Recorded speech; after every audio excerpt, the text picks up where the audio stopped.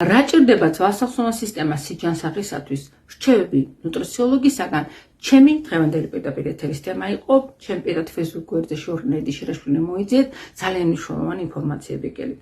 როგორც ნუტრიციოლოგი გეტყვით, რომ ამ სისტემას როგორც პრინციპში ნებისმიერს, ხო, აღდგენისათვის ჭირდება ყველა ფაქტორის გათვალისწინება. თქვენ წარმოიდგინეთ სტრესი როგორ თავისი კორტიზოლის გამო როგორ ცუდად მოქმედებს, თუნდაც ტანდეგობა, თუნდაც ჩვენი უძრავი ცხოვრების წესი, აღარ ვლაპარაკობ წონაზე, ის რომ საერთოდ წყლის არავინ არ ვიცი და აბა სასახსარ სითხე როგორ წარმოშვას თუ სათანადო რაოდენობის ცოცხალი წყალი არ დალიეთ.